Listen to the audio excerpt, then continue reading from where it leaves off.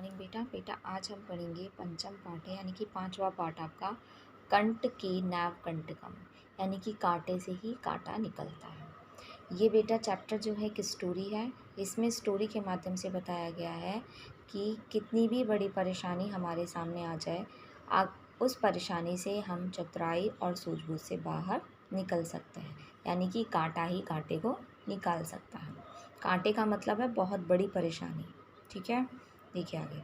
आसीत कश्चित चंचलो नामा व्याधा, कोई चंचल नाम का शिकारी था। पक्षी मृगादीनाम गृहिणीम स्वीयाम जीवा निर्वाहयन्ति स्म, यानी कि पक्षी आदियों के ग्रहण करने से या उन्हें पकड़कर वह अपनी आजीविका का निर्वाह करता था या अपना जीवन चलाता था। एकदा स वने जालम विस्तीर्य गृहम् आगतवान्, एक बार वह वन में जाल को फैलाकर घर आया। अन्यस्मिन् दिने प्रातःकाल यदा चंचल वना गतवान्, दूसरे दिन जब वह सुबह के समय चंचल वन में गया, तदा स दृष्ट्वा यत् तेन विस्तीर्यते जाले दुर्भाग्यात् एका व्याघ्रः बद्ध आसीत्। जब वह दूसरे दिन गया तो उसने देखा कि उस फैलाए हुए जाल के अंदर दुर्भाग्य से एक बाघ बंध गया है। बाघ का मतलब आप समझ ही रहे हैं, टाइगर। सा अचिंत्यत, उसने सोचा, व्याघ्रः मां खादिष्यति, उसने सोचा कि जो बाघ है वो मुझे खाएगा। अतएव पलायते करणीयम, इसीलिए दूर चले जाना चाहिए।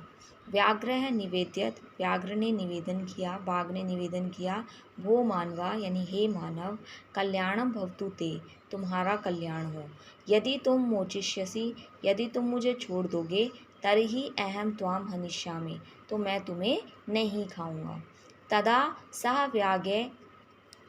व्याघ्र जालात बहि निस्सारयत, तब उस व्याघ्र ने उसे जाल से बाहर निकाल दिया। व्याघ्रः क्लांता आसीत, जो बाघ था वो कैसा था? क्लांत था। क्लांत यानी थका हुआ था। सा आवदत, वह बोला, भो मानवा यानी कि हे मानव, पिपासु अहम यानी कि मैं प्यासा हूँ। नद्या जलम आनिया, नदी से जल लाओ, मैं पिपासा शम्या, और मेरी प्यास को शांत करो। व्याघ्रः जलम पीत्वा पुनः व्याघ्रम आवदत, व्याघ्र जल पीकर पुनः व्याघ्र से बोला, शिकारी से बोला, शम्य में पिपासा, मेरी प्यास तो शांत हो गई है। सांप्रतम बुभुक्षितम अस्मि, इस समय मैं भूखा हूँ। इदानीम अहम त्वाम खादिष्यामि, अब मैं तुम्हें खाऊंगा। चंचला उक्तवान, चंचल बोला, अहम त्वक्त कृते धर्मम आचरितवान, यानी कि मैंने आपके लिए किसका आचरण किया? धर्म का आचरण किया है, यानी कि मैंने आपका कितना भला किया है। त्वया मिथ्या बणितम, तुमने झूठ कहा।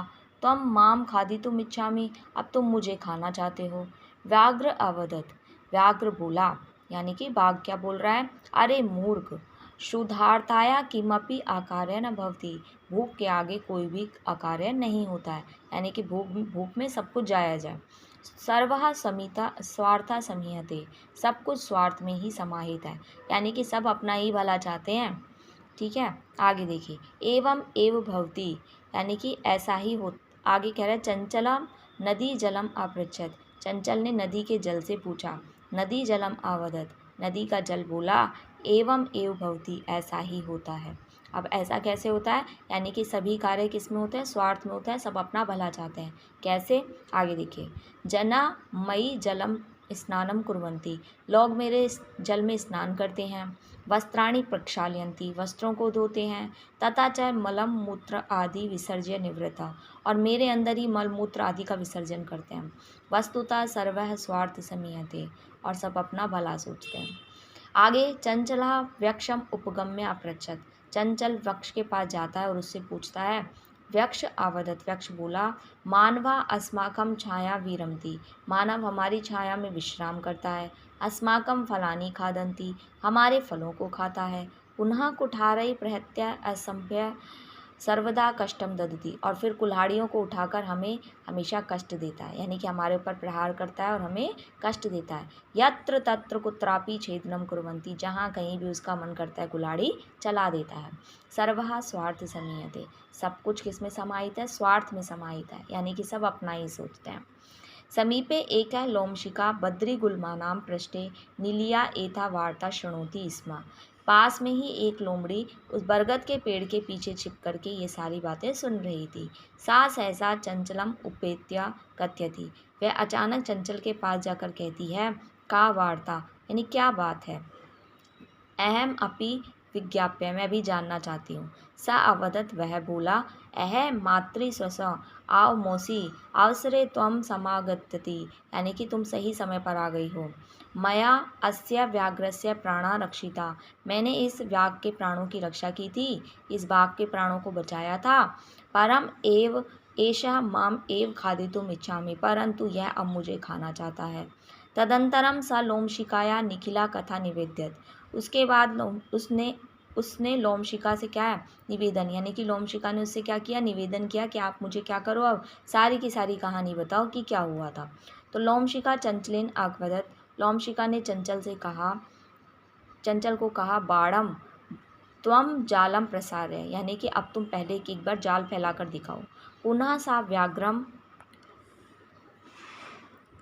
उसने फिर व्याघ्र से कहा कि केन प्रकारेण त्वम एतस्मिन् जाले बद्धा, कि तुम इस जाल में किस तरह से बंध गए थे। इति अहम प्रत्यक्षम द्रष्टुम इच्छामि, यह मैं प्रत्यक्ष रूप से देखना चाहती हूँ। व्याघ्र तत्वृद्धांतम प्रदर्शितुम, व्याघ्र ने उस सारे वृत्तांत को प्रदर्शित किया। तस्मिन् जाले प्रविश्यत, वह उस जाल में वो चला गया। लोमशिका पुनः आकथयत, लोमशिका ने फिर से कहा कि पुनः पुनः कूर्दन कृत्वा दर्शयत, तुम अब इसके अंदर बार बार कूद के दिखाओ। स तथैव समाचरत, उसने वैसा ही किया। अनारते कूर्दनम, बार बार कूदने से स श्रांता अभवत, वह थक गया। जाले बद्ध स व्याघ्य कृत्वा आसन, और वह जाल में बंधा हुआ वहाँ पर क्या कर गया, निसहाय होकर वहाँ पर बैठ गया। और प्राण अभिक्षितम एव अयाचत, और अपने प्राणों की भीख मांगने लगा। लोमशिका व्याघ्र अवदत, लोमशिका ने व्याघ्र से कहा, सत्यम त्वा भ्रणितम, तुमने सत्य ही कहा था। सर्वः स्वार्थम समीहते, सब कुछ स्वार्थ में समाहित है, यानी कि सब अपना ही भला चाहते हैं। अब तुम चले गए हो उसमें जाल में चले गए हो, अब तुम्हें बचाने का कोई फ़ायदा नहीं है। अगर हमने तुम्हें बाहर निकाला तो तुम वापस से हमें क्या करोगे, खा जाओगे। क्यों? क्योंकि तुमने ही कहा था कि सब कुछ किस में समाहित है, स्वार्थ में समाहित है, यानी कि मनुष्य सिर्फ अपना ही भला चाहता है, सब प्रत्येक प्राणी अपना ही भला चाहता है। ओके बेटा, फिर भी अगर आपको कोई प्रॉब्लम होती है देन आप मुझे कॉल या मैसेज कर सकते हैं। ओके बेटा, थैंक यू।